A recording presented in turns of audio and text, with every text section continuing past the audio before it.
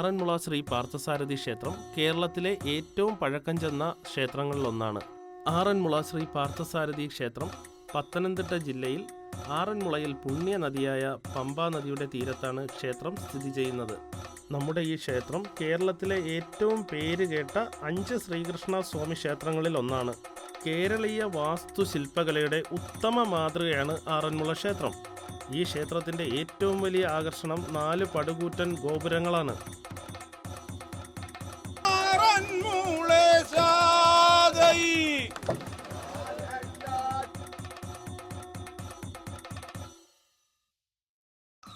അപ്പോൾ നമ്മളിന്നുള്ളത് ഇടയാറന്മുള പള്ളിയോടത്തിനോടൊപ്പമാണ്. നമ്മൾ തിരുവനന്തപുരത്ത് നിന്ന് ഇവിടെ വന്നത് ഈ വള്ളസദ്യയും വള്ളംകളിയൊക്കെ കാണാൻ വേണ്ടിയാണ്.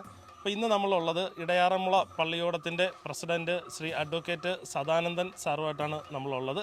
നമുക്ക് ഈ വള്ളത്തിൻ്റെ ഐതിഹ്യങ്ങളും ഇതിനെക്കുറിച്ചുള്ള 1-2 കാര്യങ്ങൾ സാറുമായിട്ട് സംസാരിക്കാം. നമസ്കാരം സാർ. നമസ്കാരം സാർ. സാർ, നമ്മുടെ ഈ പള്ളിയോടത്തിൻ്റെ പേര് ഇടയാറന്മുള പള്ളിയോടാണ്. സാർ, ഇത് എത്ര വർഷം പഴക്കമുള്ള പള്ളിയോടമാണ്?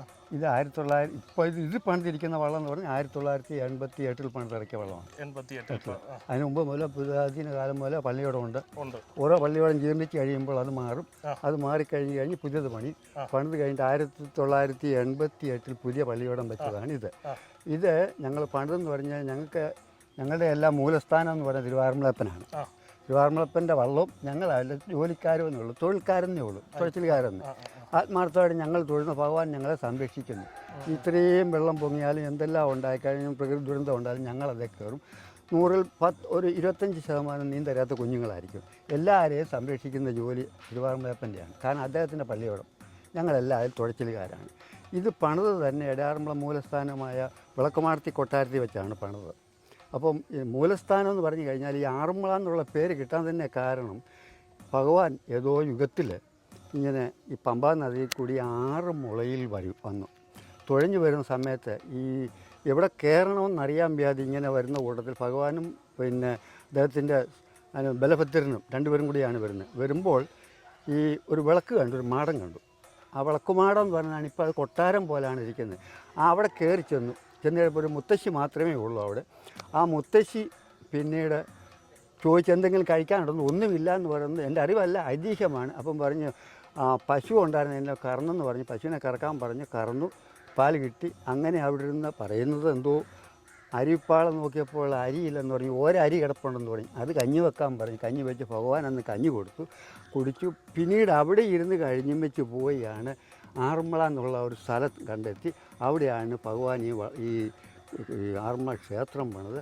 അങ്ങനെ ആ ക്ഷേത്രം പണിത് അങ്ങനെയാണ് ആറന്മുള എന്ന് പേര് വന്നത്. ആറന്മുള എന്നൊരു സ്ഥലം ശരിക്കുമില്ല. ഈ ആറന്മുള എന്ന് പറഞ്ഞ ഭഗവാൻ 6 മുളയിൽ വന്നതുകൊണ്ട് ആറന്മുള എന്ന് പേര് കിട്ടി. അത് ആറന്മുള ക്ഷേത്രമാണ്. ആറന്മുള പിയോ ഇല്ല. ആറന്മുള ഗ്രാമപഞ്ചായത്തുണ്ട്, 18, 20, 19 വാർഡിയായിരുന്നു. അപ്പോൾ ഈ ആറന്മുളയിൽ ഞങ്ങൾ ചെല്ലുക എന്ന് പറഞ്ഞാൽ ഈ പള്ളിയോടങ്ങളിൽ വെച്ച് ഏറ്റവും സൗന്ദര്യമുള്ളതും ഏറ്റവും വലുപ്പമുള്ളതും ഭഗവത് സാന്നിധ്യമുള്ളതുമായ പള്ളിയോടം ഞങ്ങളുടേതാണ് എന്നാണ് ഞങ്ങളുടെ വിശ്വാസം. നമ്മുടെ ഈ വീഡിയോ കാണുന്ന സെൻട്രൽ മിനിസ്റ്റേഴ്സും അങ്ങനെയുള്ള ആളുകളൊക്കെ ഉടൻ തന്നെ ആറന്മുള പിഒ എന്നൊരു പിൻകോഡിലേക്ക് വരണം. എന്ന് പറഞ്ഞാൽ ആറന്മുളയുടെ ഇതൊരു ഉത്സവമാണ്. ആറന്മുള എന്ന് പറഞ്ഞാൽ നമ്മുടെ ലോകത്തെല്ലാം അറിയപ്പെടുന്ന പ്രധാനപ്പെട്ട വള്ളംകളികളിലൊന്നാണ് ആറന്മുള വള്ളംകളി എന്ന് പറയുന്നത്. അപ്പോൾ അതെന്തായിരുന്നാലും ഒരു പിൻകോഡ് നാമധേയത്തിൽ തന്നെ അറിയപ്പെടാൻ എല്ലാവരും ആഗ്രഹിക്കുന്നു. ആറന്മുള ഗ്രാമപഞ്ചായത്തിൽ നിന്നാണ് അറിയപ്പെടുന്നത് ആറന്മുള ഞങ്ങളെ. അപ്പോൾ ഈ ആറന്മുളയുടെ പ്രത്യേകത ഞങ്ങളുടെ പ്രത്യേകത എന്ന് പറഞ്ഞു കഴിഞ്ഞാൽ ഇപ്പോൾ 52 പള്ളിയോടങ്ങളുണ്ട്.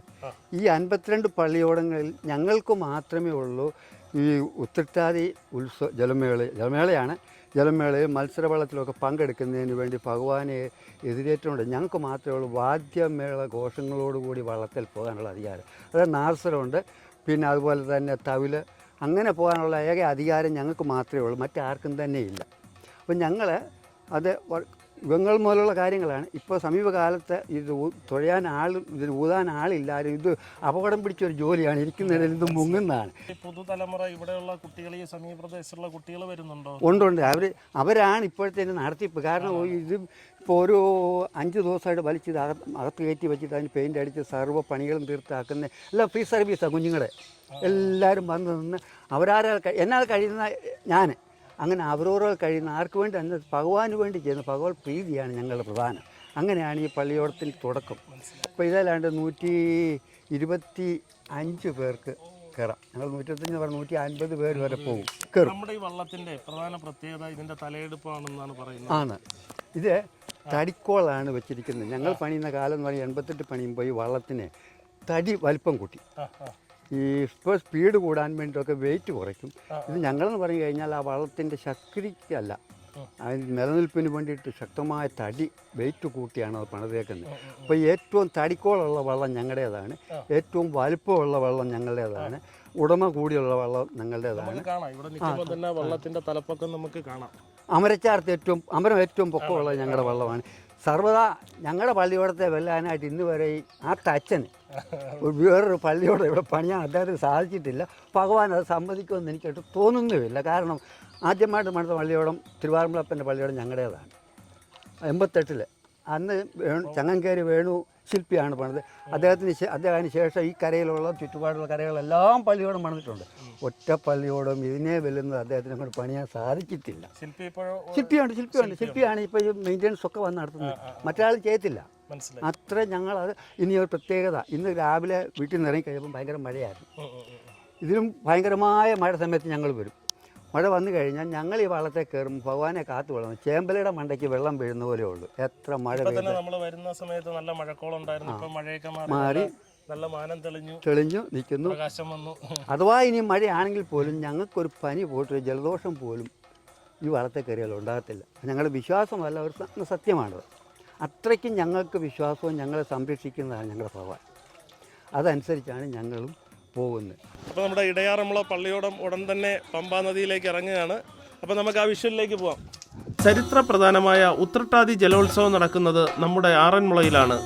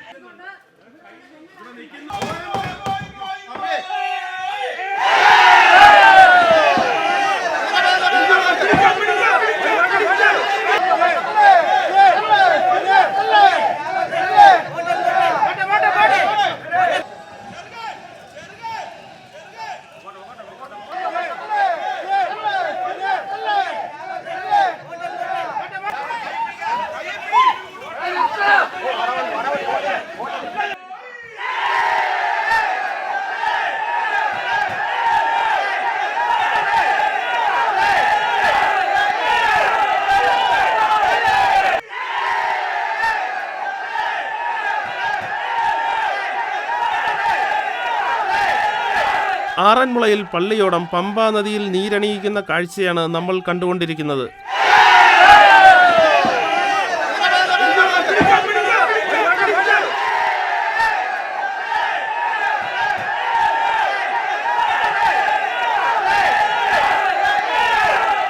പമ്പാ നദിയുടെ ഹൃദയം തൊട്ട് ആറന്മുള തിരുവാറന്മുള തേവർക്ക് നിവേദ്യം നൽകാൻ വഴിപാട് നേർന്ന് കാത്തിരിക്കുന്ന ആറന്മുളക്കാർ.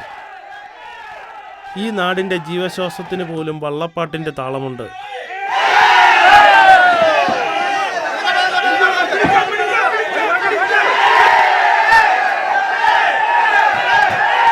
പള്ളിയോടം പമ്പാ നദിയിൽ ഇറക്കിയതിന് ശേഷം നമ്മൾ കടവിലേക്ക് കയറുകൊണ്ട് കടവിലേക്ക് പള്ളിയോടം ചേർത്ത് നിർത്തുകയും തുടർന്ന് അലങ്കാരങ്ങളും ഹാരങ്ങളും എല്ലാം പള്ളിയോടത്തിൽ ചാർത്താൻ പോവുകയാണ്. പള്ളിയോടം അലങ്കരിക്കാൻ തുടങ്ങിയിട്ടുണ്ട്.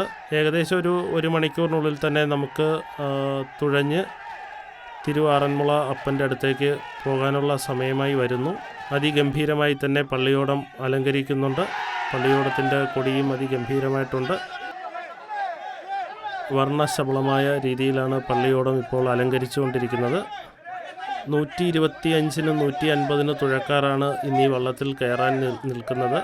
ഇടയാറന്മുള പള്ളിയോടം എന്ന് പറഞ്ഞാൽ ആറന്മുളയിലെ ഏറ്റവും തലപ്പൊക്കമുള്ളതും ഏറ്റവും മനോഹരവുമായ പള്ളിയോടമാണ്.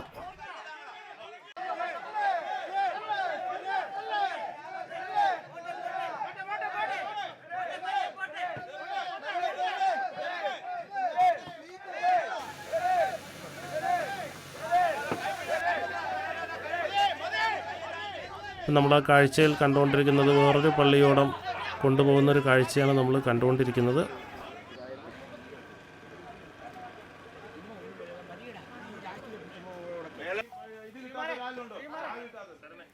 അങ്ങനെ ഞാൻ പള്ളിയോടത്തിനകത്തേക്ക് തുഴയാനായിട്ട് കയറിയിട്ടുണ്ട്. നമ്മളിപ്പോൾ ഉള്ളത് പള്ളിയോടത്തിനകത്താണ്. പള്ളിയോടം ഉടൻ തന്നെ തുഴക്കാരെല്ലാവരും തുഴയാനായിട്ട് റെഡിയായിട്ടുണ്ട്. പള്ളിയോടം എത്രയും പെട്ടെന്ന് തന്നെ കടവുന്ന് നേരെ അമ്പലത്തിലേക്ക് പോകുന്നതാണ്. പമ്പ നദിയിലെ പള്ളിയോട കാഴ്ചകളും ആറന്മുള വള്ളസദ്യയും അതുമായി ബന്ധപ്പെട്ട ആചാരാനുഷ്ഠാനങ്ങളും ആറന്മുള വള്ളസദ്യയുമായി ബന്ധപ്പെട്ട പുത്തൻ വീഡിയോകൾക്കും വിശേഷങ്ങൾക്കുമായി അനന്തപുരി മീഡിയ ചാനൽ സബ്സ്ക്രൈബ് ചെയ്യുക. നന്ദി.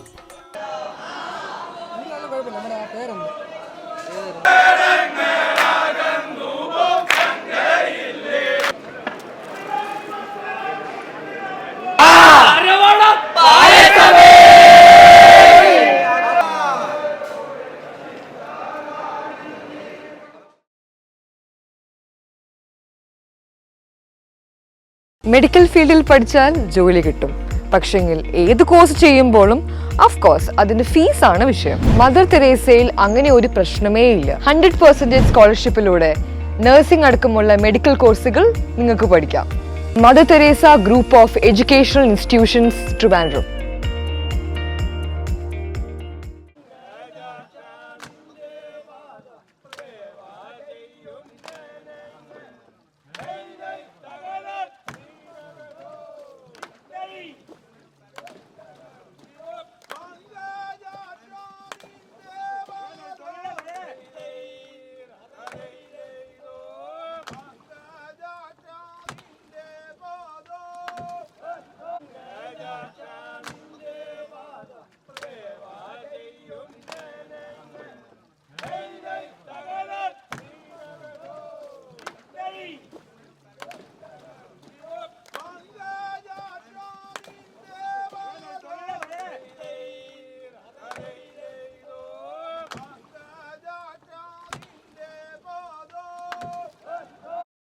Hi friends, welcome to career Viva. 10ാം ക്ലാസ് പ്ലസ് ടുവിന് ശേഷം ഏത് കോഴ്സ് തിരഞ്ഞെടുക്കണം, ഏത് കരിയർ ചൂസ് ചെയ്യണം എന്നീ എല്ലാ സംശയങ്ങൾക്കും നിങ്ങൾക്ക് ഒറ്റ സൊല്യൂഷൻ, കരിയർ വിവ. അതിനായി നിങ്ങൾ ചെയ്യേണ്ടത് ഇത്രമാത്രം: കരിയർ വിവ ചാനൽ സബ്സ്ക്രൈബ് ചെയ്യുക, വീഡിയോസ് പൂർണ്ണമായും കാണുക, നിങ്ങൾക്കുണ്ടാകുന്ന സംശയങ്ങൾ കമന്റ് ബോക്സിൽ രേഖപ്പെടുത്തുക. തീർച്ചയായും മറുപടി നൽകുന്നതായിരിക്കും. Wish you all the best.